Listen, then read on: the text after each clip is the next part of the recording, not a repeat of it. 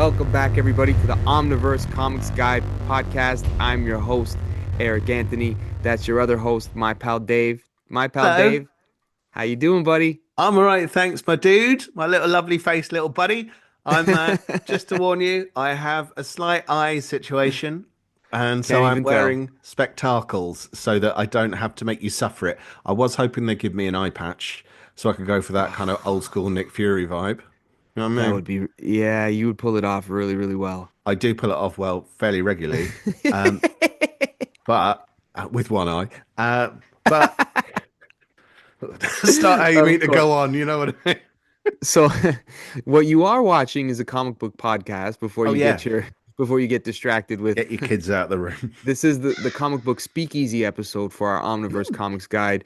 We do this seasonally, so season's greetings to everybody. We're getting into a speakeasy, so cheers to you, Dave. Chin Season's chin, greetings. Monty. Yes. And the premise You of always this drink after a episode. cheers, dude. Yes. I'm sorry. I was talking.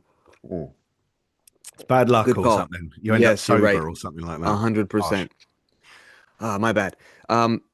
So what I was saying was these episodes are usually we give each other some rapid fire questions. Mm. Sometimes you set them up, sometimes I set them up, and then the conversation takes it wherever it goes. But this week we've got some questions from the audience, which is always Hmm. exciting to see what people send in. So Dave sent out the bat signal, asked people to send out a couple of questions our way, and we got a couple for this episode. So everybody who's watching on YouTube, thank you for joining us.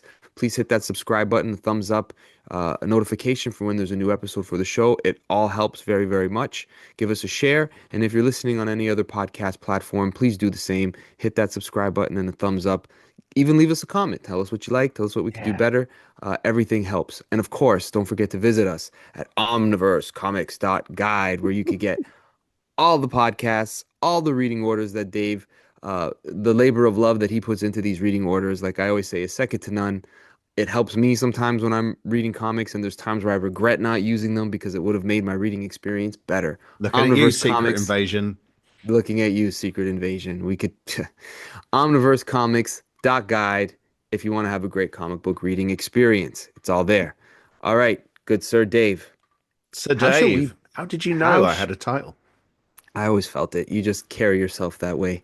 Um, shall we begin with this comic book speakeasy audience Yeah, man. questions? We got some good ones. We We got some good, have. and we appreciate everybody's help in putting this Yeah, together. thank you so much for sending questions in. It's great. So we got them from all over the world, which is really cool. True. Where let's go to Raph Reeds, all the way in Japan, who sent Japan, our us. buddy Raph, who does our new manga spotlight episodes. That's And right. yeah, so he's a familiar face, but That's we're right. gonna see more of it right now than normal. All right, shall we listen to his question together? Let's do it. Hello, me dudes. It's Raf, your man from Japan. I have a question for you. If you were to direct a movie based on a comic book and you had to cast each other into a character, what movie would that be and what role would you give to each other?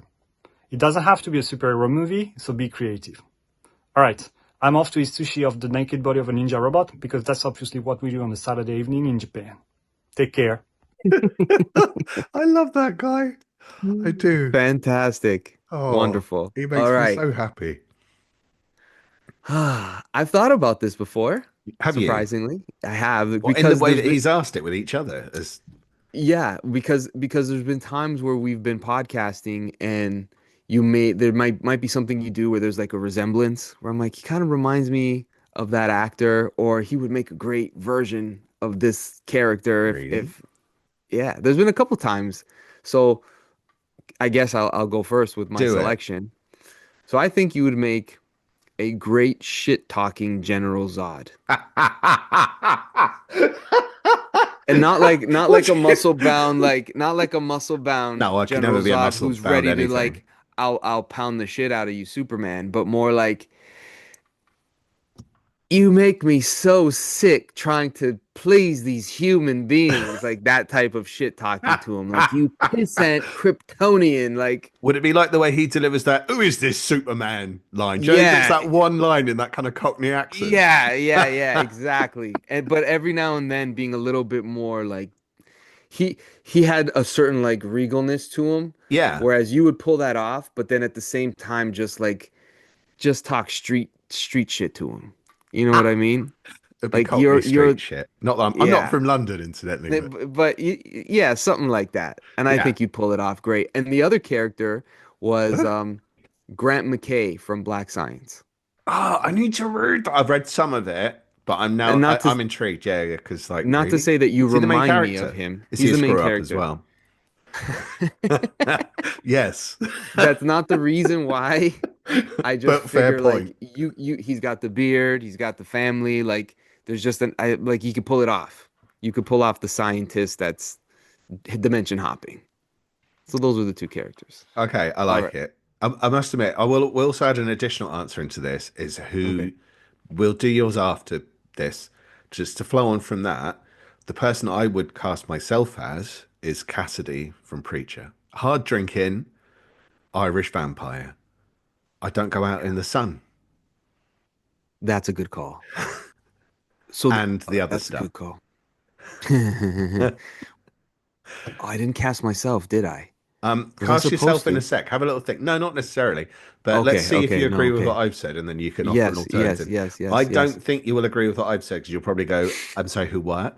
But the first, I know you said not superhero characters, but the first superhero character that came to mind, and I'm saying this partly because it will make you happy, and partly because when you take your glasses off, you don't look the same. And I think it would genuinely work if you were Clark Kent.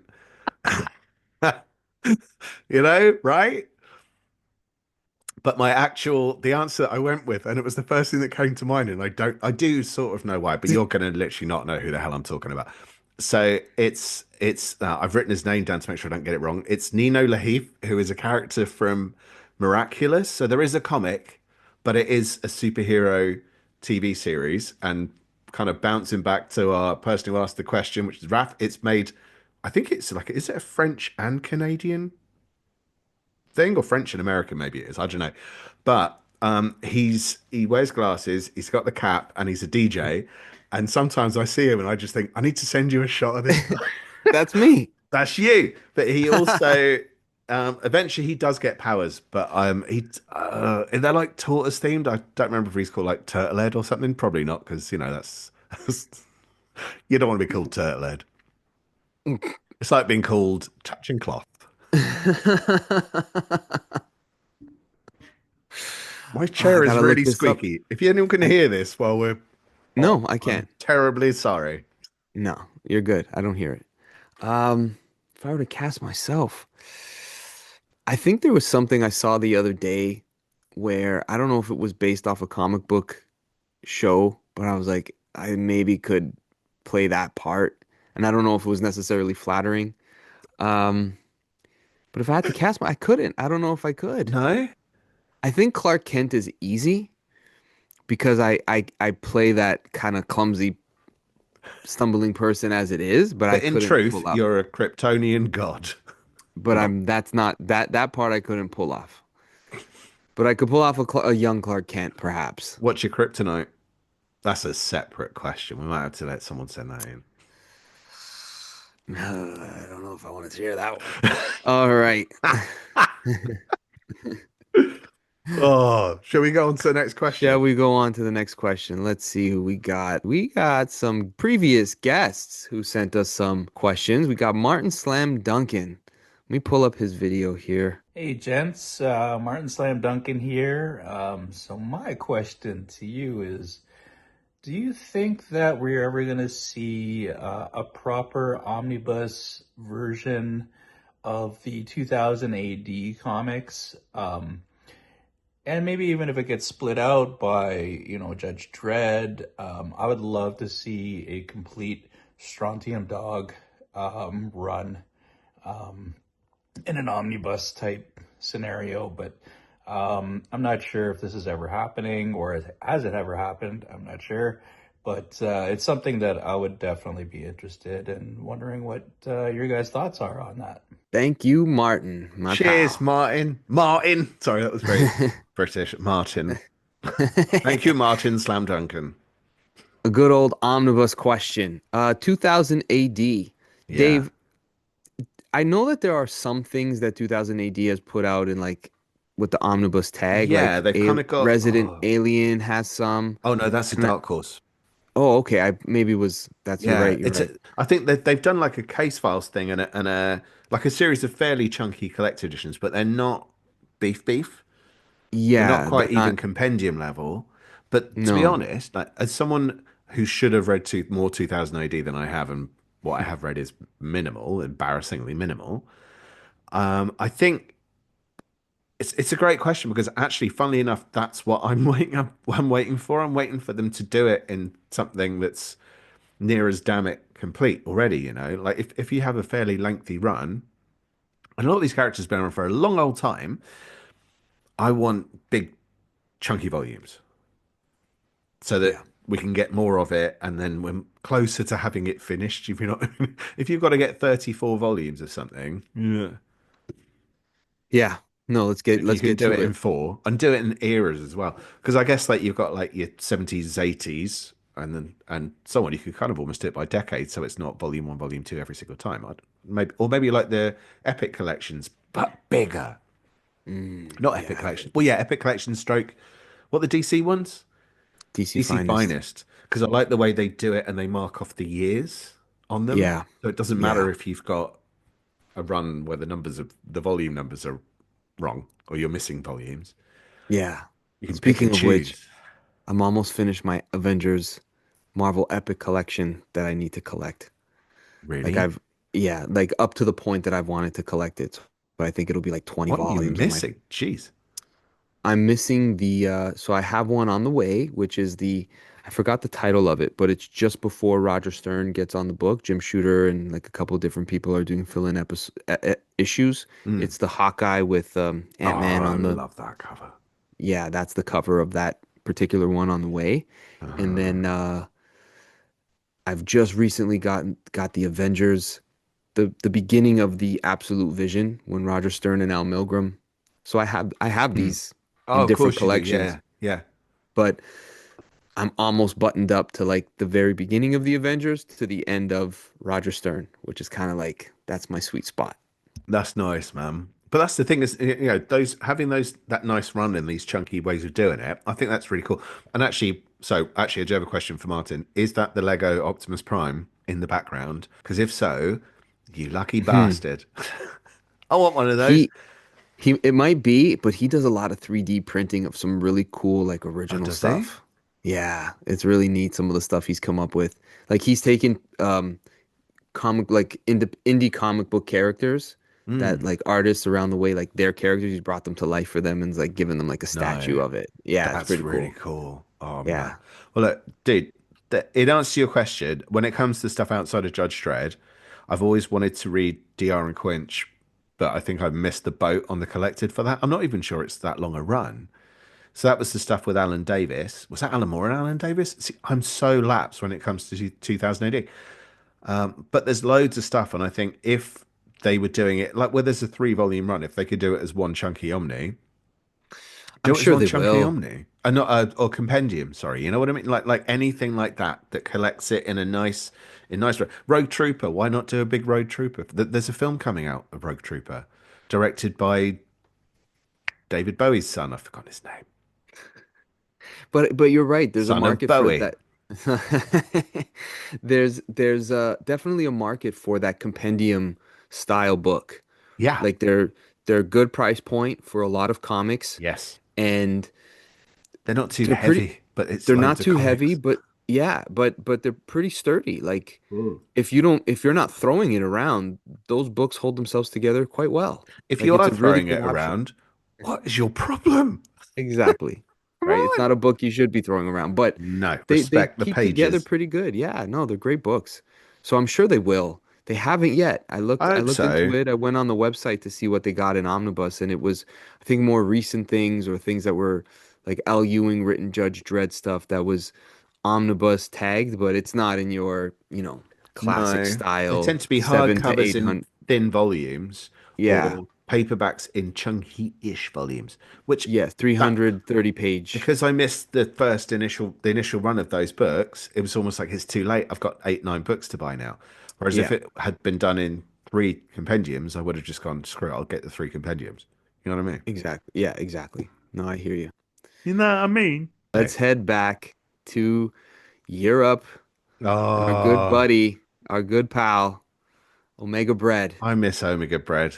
Yeah, me too. But we got a little slice of Omega Yeah, we're Bread gonna right get here. an Omega bread nugget right now. Evening, gents. Congratulations on another awesome 12 months of podcasts, reading orders, smut, tickle trunks, hidden gems, and all the other filth that comes along with it. You guys are the best. So, my question is, what are your respective favorite years in comic book history? Now, it doesn't necessarily have to be the best year, just whatever year means the most to you guys.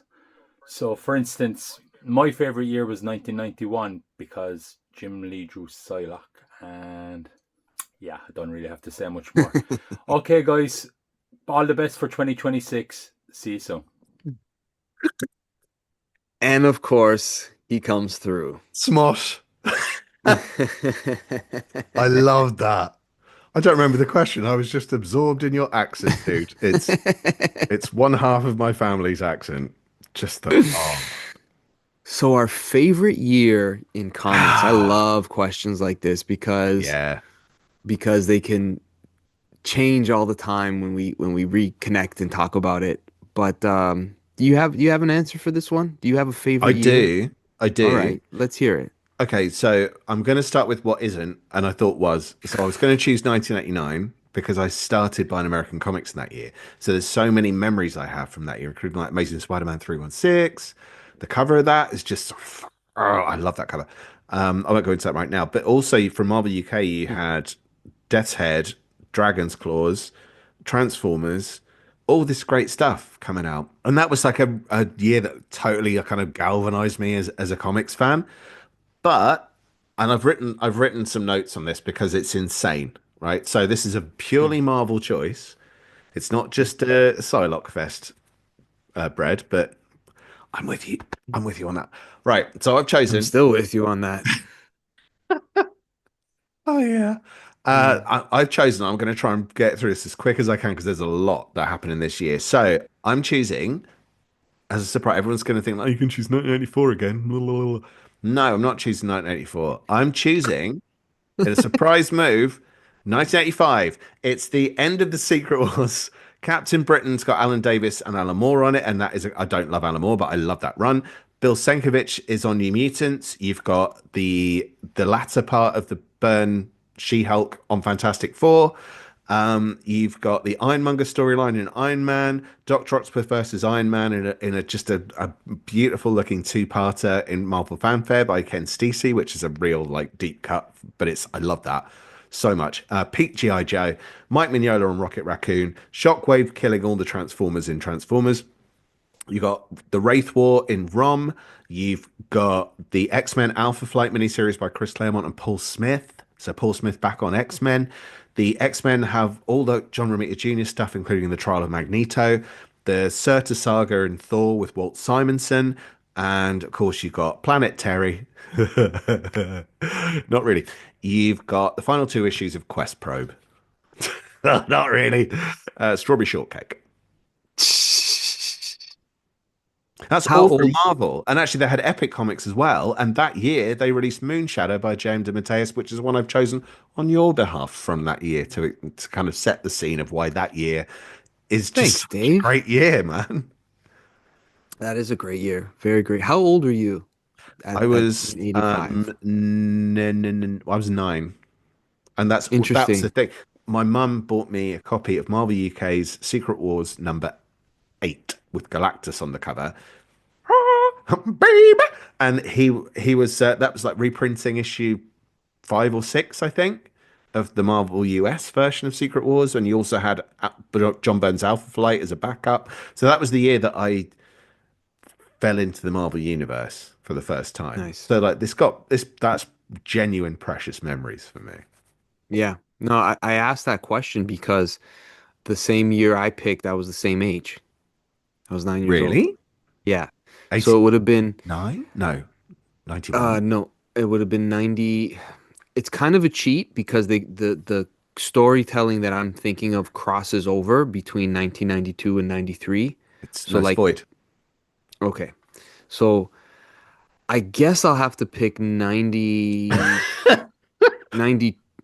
92 because of the death of Superman. Ah, of course. During this span of time that I remember paying more attention to what's happening at the comic book rack in the variety store, at a comic Yeah. book shops that were popping up everywhere. I Uh, remember a lot of things happening with Spider-Man, and I remember there was those foil covers for the mm. 30th anniversary that were really, really great stories in each of them. The hologram ones. The hologram ones, and there was Mm. a green, a red, a blue, and a black Yeah. for all the four titles. And I Yeah. just remember like comic books were I didn't understand that there was a speculator market, but they were as popular as trading cards, it felt like, where everywhere you went, people were dealing comic books. And in 92, yeah, you had the death of Superman right at the end there in November. And then going into 1993, when I was turned 9, you had Mm. the reign of Superman. And then not long after that, the clone saga was beginning to sort of happen with Spider-Man. So Yeah. I just remember kids at school all being into the cartoons, into the comics. It was the fight about DC versus Marvel. And that 1993, end of 1992 was like my favorite time because then at the same time you had the Batman Broken Back with Yeah. Bane. Night's End. Yeah, so Or was that 93? Nightfall. Nightfall. What was Nightfall that to called? Oh, Night's Night's End. End is the, yeah. Yeah, Thank but you. that whole time was like in and around each like so much was happening with every character it felt like, you know? And there's all these special foil covers and yada yada The yada. So slashed Wolverine number 50 cover, which I think was 92 as well. Oh, no, that so was 91. It doesn't matter. But yeah, that, such a, dude.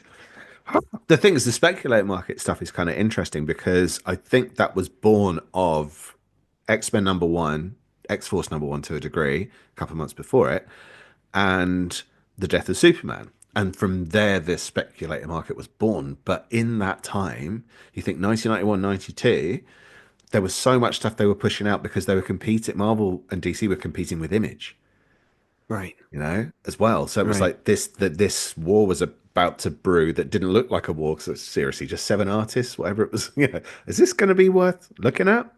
Of course it is. They're the biggest names in the industry right now. You talk about those events. Those events were geared towards look at what we're doing. We're doing stuff over here. Like look at me. And it wasn't. But I mean, some people may not like stuff like the Death of Superman or Nightfall. I think that middle bit of Nightfall's a bit weak. Hmm. But look at what they were doing, and it was to grab some attention, and there was a lot of stuff that really worked. It was Yeah, just no, fun because it was like desperately wanting your attention. Okay, I'm going yeah, over there where you are.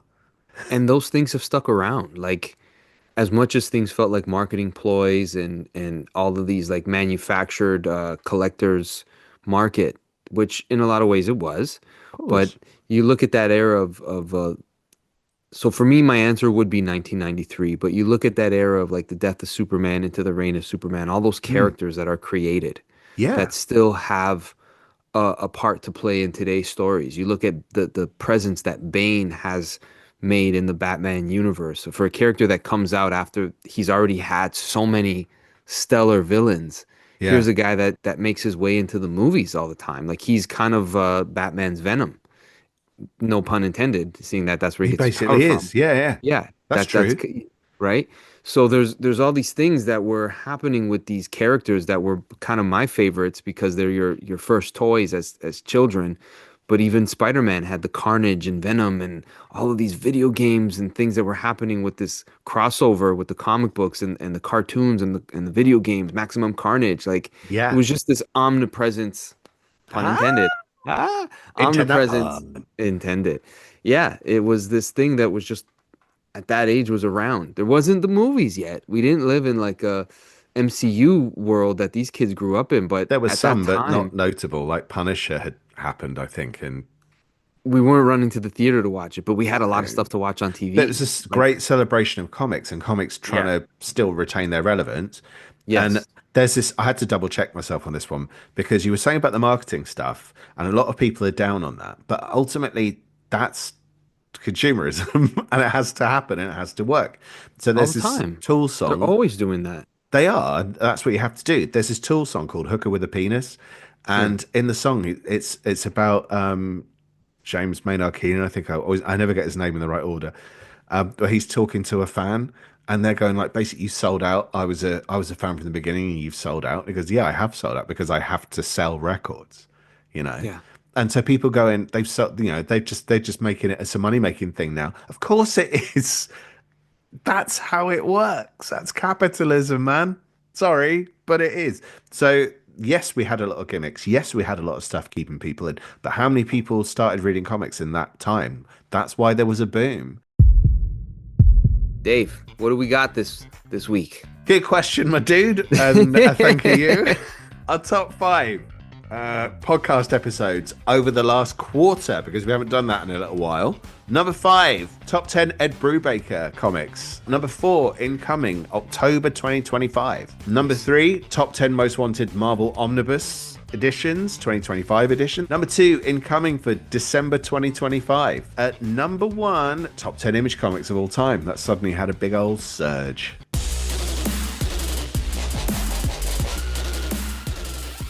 Let us continue with our speakeasy.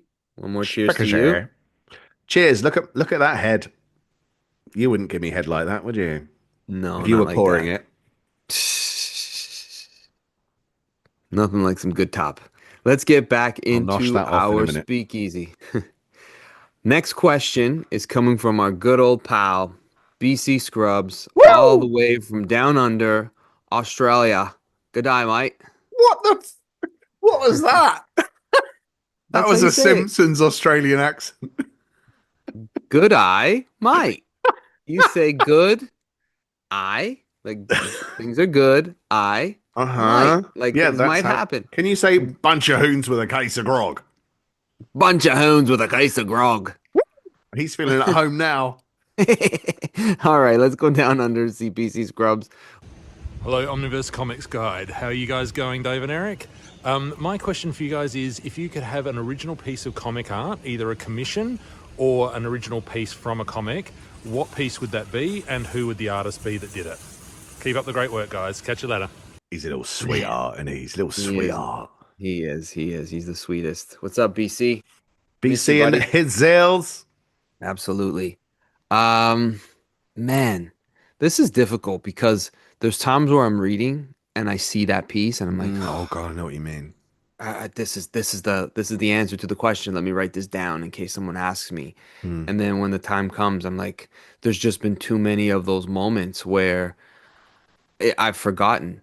So I'm going to take an artist who I just feel everything, whenever I see him drawing it, I'm always like, yeah, it's always beautiful. And I'm gonna go with Ivan Rice, Oh, and I would like to see him do a Thanos Silver Surfer, wow. something like that. I'd like to see Ivan Rice do that because he's done so I'd pay much. to see that.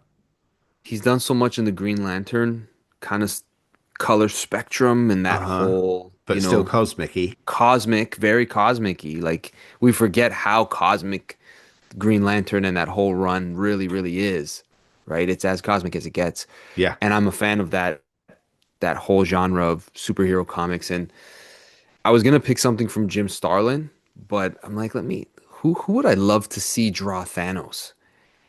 And Ivan Rice came to mind. He would just find a way to bring it all together. Because he encompasses a little bit of that Neil Adams figure work, but then the George Perez, Detail. as much as you detail and as many things as you can put on there, but he makes it feel seamless. Oh, completely. He's the Right? layout king, man. Like, that guy. So I would just love to see what he would come up with. Yeah, that's a nice shout. Yeah. How about you? I like it. I'm gonna go with 2 choices because I'm gonna go Okay. commission an original art. Yeah. So the original piece I'm going to just tick off now because I mentioned it sort of earlier on, which was I'm not a massive McFarlane fan, but I love that Amazing Spider-Man 316 cover with Venom leaning over him. It's just that's the comic cover I saw in the newsagents in 1989, and I just went like, I need to have that, and nothing would, will anything get that feeling? Yeah, I mean, things have, but considering I desperately wanted comics, and that's what I went in there for, but I didn't know they had American comics. I literally went, I want to look for some comics, and they had American comics, and that was the cover. So that to me is like one of my favorite memories of my. Sorry, kids, it's my favorite memory. No, no, if you're listening, you're my favorite memory, but this is my third favorite memory. No, I get it. Yeah, Amazing Spider-Man 316, but commission wise, I have always wanted, or at least for a very long time, I think someone mentioned it to me. Someone mentioned it to me, and this thing popped in my head, and it was Arthur Adams, because I love him, Mm, drawing Machine Man. So it's mm. that crazy level of detail, and I've never seen him draw Machine Man before, and I'd want it colored by Thomas Mason. I'm not a big fan of black and white pieces. I want Thomas Mason to color it. I love his stuff because it's so, I want to say it's excessive, but I mean it in the best possible way. I love Thomas Mason's colors. So that's my piece. I have an affinity for that Batman 251 with the Joker holding the card, Yeah, Batman strapped to the it's a great card. That's cover. just such a It's a great such a cover. great cover. That's always one that I go to in my mind's eye, but there's so many as far as like something to there's some Daredevil covers from Frank Miller. Just some like what are those iconic stuff? Like you hit the nail on the head with the Spider-Man covers. Like there's just so many that are like I they in your memory so vividly. mm. But I don't know. Do you have I a don't. page you'd choose? No. I was thinking about that as well. There's a few from my childhood that are just a matter of like how often I looked at that piece of art. There's one from Ron Frenz I often speak about in the Superman annual that he did with Titano. And it Mm. begin no, I think this is the second one, annual number 2 that he wrote with Roger Stern, where he brings a truck up and the truck's about to explode and Superman's flying into the air and you sort Right. of slowly see him just Yeah. it's a matter of just perspective. And then there's a boom and then you see a bit of his cape fall down You and it gotta love just the tells boom. That's so yeah, perfect for you. perfect, right? I don't know if that's what it says, but that one as a child, I remember understanding, like being able to follow the pictures and understanding what happened. So that was Hmm. always something in my mind. And then there was another issue that John Byrne did with the Supergirl when she appears for the first time, and her and So when Superman she are catches up fighting, to him. and he kind of does like this maze where he tries to throw her off. It's Yeah. so silly, but I would always like track it as a kid Nice to though. see if I could follow it. And pages like that always were fun. But you know what? I think the truth is something Walt Simonson from his Thor run. That would probably be Oh, it for me. Yeah. that's great stuff. That's I think there's a page there where it's Thor, Loki, and Odin, where they're all saying for myself, like Loki says for myself, and yeah. Oh, I love yeah, that. That's such. that's a great I page. love that That's a story. great page. Yeah, yeah, yeah. Actually, you'd saying that as well. For some reason, it triggered a memory for Will's Potatoes Punisher run. And even though I've got a real, just total and utter adoration of one of the nastiest 2, 3 pages of a Punisher comic that I can remember, with him fighting these three punks in an alley, pretending to be a tramp, and then suddenly he opens his jacket and there's nunchucks in there, and he basically fights them hand to hand, kills two, leaves one alive. I love that sequence. If you're going to pick a page, have a sequence, something that tells a story. And then you got J.H. Williams who makes a picture out of the panel. And then there's a story within the panel. Like that's always really cool to have on I your was going to wall. say that's next level, but it's like another universe. It's Yeah, J.H. Williams. yeah, His stuff is yeah. so crazy. God, I really hope we get Echoland soon. Echoland's Volume 2. I'm desperate for that because that sums him up perfectly. Great question, BC. Really Thank good you. question, man. All right, all right. Where we go next? Let us take a look at my pal. I'm gonna send a shout out to my pal Jax, who we went to his first Comic Con together. His dad, his dad is my pal from work, but Jax is. I really hang out with his dad because Jax is just a cool kid. We both like comics, and when I have a set of comic books that I'm ready to give away, he's always the recipient to read all of the comics. Oh, So I'm happy that he sent in a question for us. that's All sweet. right. Eric, my question to you is who's your favorite Batman from the comics? My favorite Batman Mr. from the Cave of comics. Solitude. How do you pick your favorite Batman from the comics? Oh man. Thank you, Jax, for your question. He's a big Batman fan himself, so Cheers, I know Jax, that dude. he's invested in Batman. Nice. Ah, man, there's so many. Can't go wrong. There's so many. I have a preference. Part of me has a preference to that Jim Aparo era, like Death in the Family type of Batman story. So I kind of like that 80s version of Batman. But then deep down, I've got this real soft spot for the Superman Batman era, Jeff Loeb, Ed McGuinness stuff. It's just because of the team up of my two favorite characters, and both of them, like the inner monologue where they talk about each other and what they think about each other Ah, and how they, so that sort is that of, what oh, I like that. Okay. yeah, there's a lot of stuff like that where they they're thinking about, like, I know he's thinking this about me. And that's because, he thinks in this way. But that's why we're partners. Like, he Mm. has that aspect, I have this aspect. So I love when these two alpha males come together and you got, both of them are supremely intelligent and have power on different scales depending how you measure it, but you bounce off of each other. Mm. So even just some of their banter where Superman will do something, he's like, "I'll pay you back, Bruce." He goes, "What? On a reporter's salary?" Like that kind of Oh, little, that's nice. there's always that underlying fear that they have of each other because they know, like, that's the one guy who Superman has trusted this guy to be the kill switch. Is that the right Mm. word? Yeah. Like, if I need to be taken out, I've given him the right and the weapon to do it. Yeah. So I know that he can at any moment. And then at the same time, Batman's like, I know what this guy can do at any moment. And we're each other's closest allies, and yet he could be my biggest threat. Mm. And it's not that that's the always there, but No. it's underlying. And It's if the it's used respect. right and it comes Yeah, up right, it's so that's why there's so many levels to that kind of yeah, friendship relationship. yeah. So it's very, very hard to pick a favorite era of Batman or a favorite comic book version of Batman because there's so many sweet spots that I love. And then it's like I can't get to that version without what happens here first. You know what I mean? Yeah, So it's but like, funnily enough, that not to bring it back to me, yeah, yeah, but please give me your answer. um, that's enough about me. Let's hear you talking about me. So was that Bette Midler? I can't remember. Anyway, I'm quoting Bette Midler. Anyway, weirdly, you saying that reminded me. I really love seeing anything new about the Azrael Batman costume, the Asbats thing. Or if I see a figure come out and I go like, "That's really nice. I really want that." Mm, I don't mm, have an affection for that middle period. As I was saying earlier, I don't have an affection for that middle period of Nightfall. I don't have an affection for him as Batman.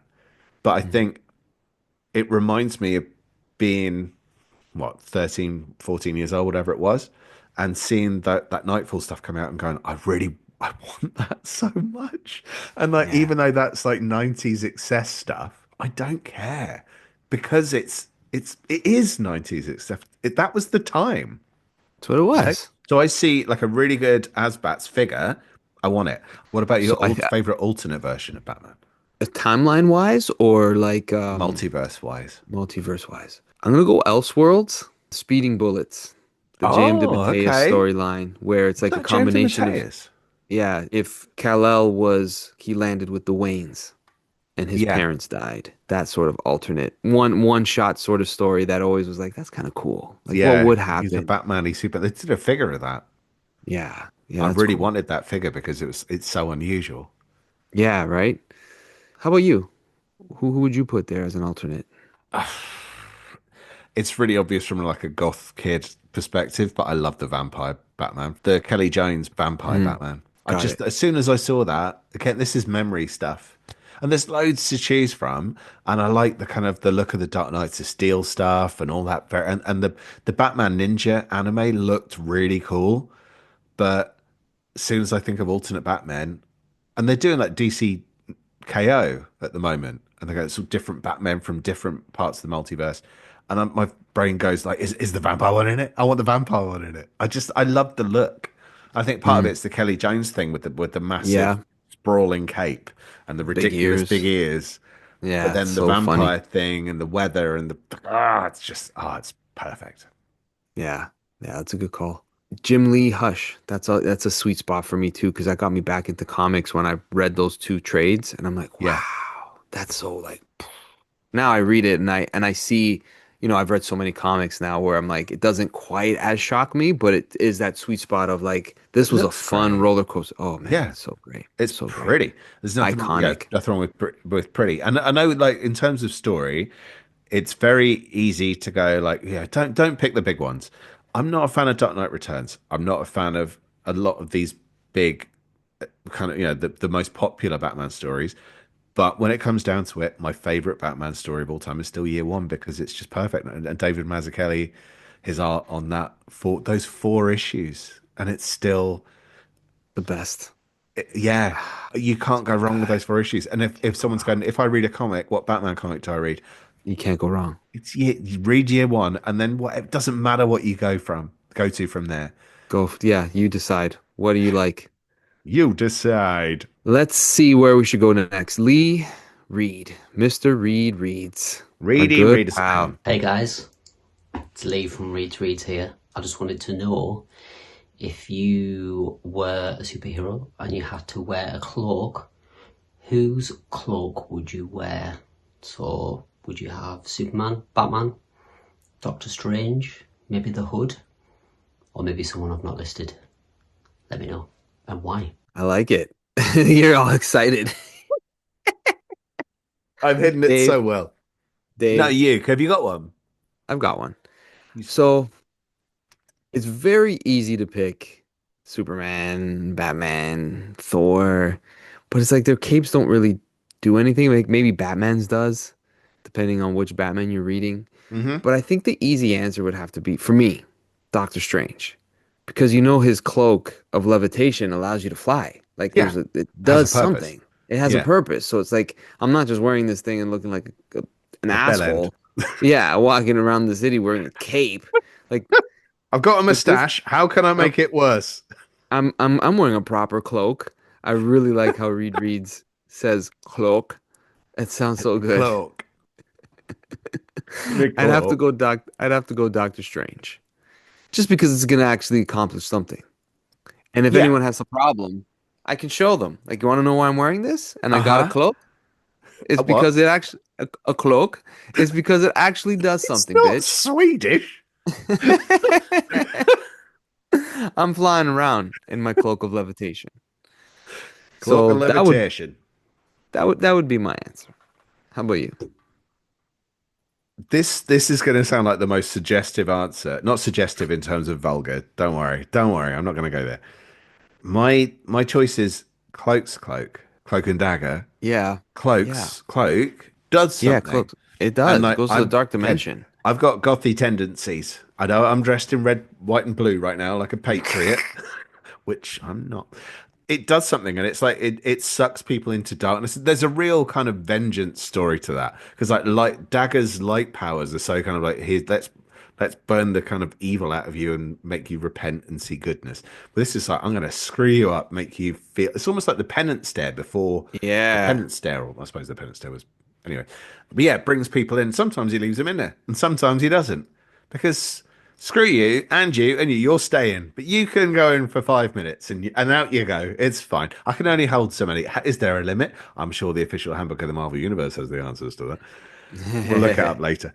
But I like that, and the thing is, it's like with the Kelly Jones Batman stuff we were talking about with the especially the Vampire Batman, where it has that billowing cape and it almost has a life of its own and extra extended bits. Cloak seems to have no limit to its form, especially depending on who the artist is. Yeah.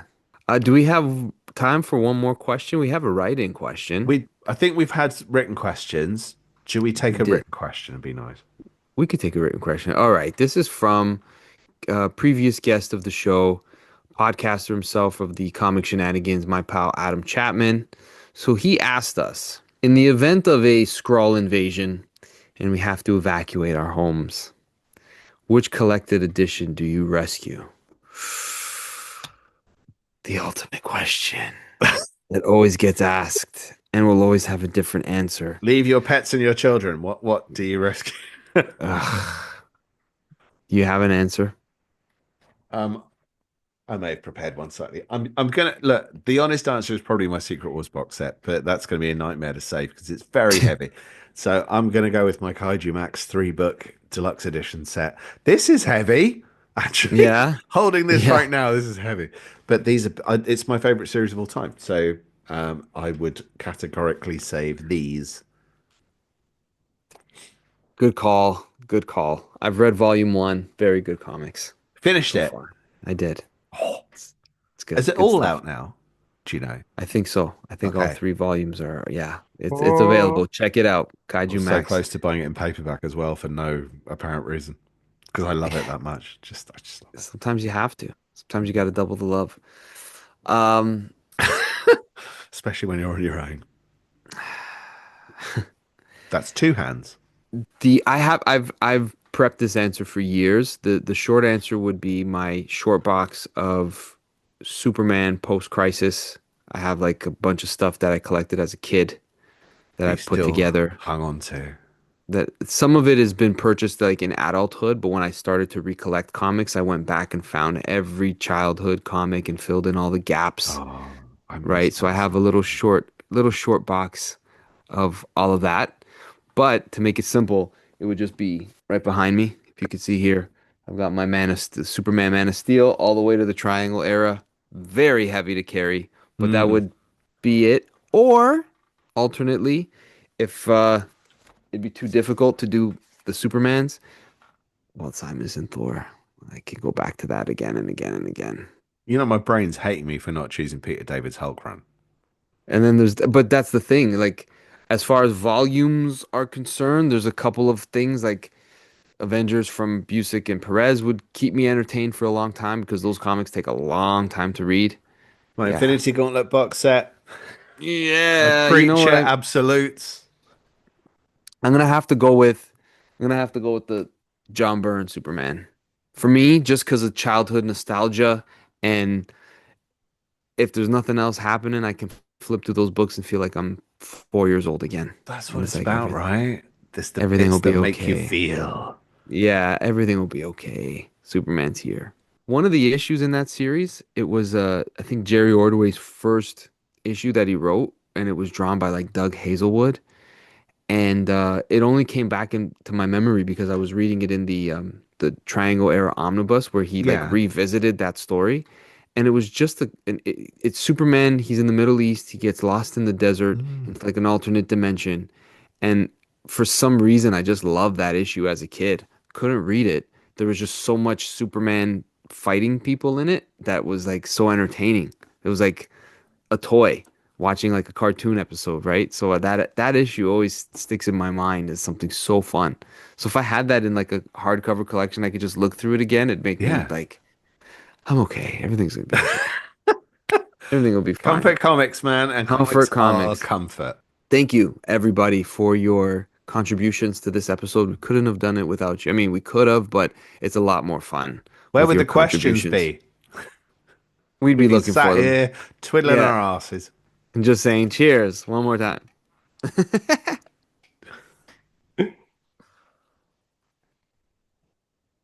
Speakeasies are the funnest. All right, Dave. Yeah. Always a pleasure, my friend. Always a pleasure. Always a pleasure with yourself, of course, dude. Always. Always. We got a lot of episodes coming up. We got a couple of interviews that are coming down the pike, which are fun. Something a little bit different, which is exciting to look forward to. Nice. And then, of course, me and Dave got a couple of things in the bag. We do. Well, we've got some things to look forward to. Our next episode's probably incoming for January, but we've got our top 20 for 2025 coming up as well. So that's going to be that's a big boy. Sounds good. Everybody, thank you for joining us. please visit omniversecomics.guide if you haven't already. Everything is there. Our reading orders, our collector item specials, our creator interviews, and all of our top 10 recommended reads, podcasts, most wanted omnibus. You want to know about something? You'll most likely find it there. See you later, everybody. Peace.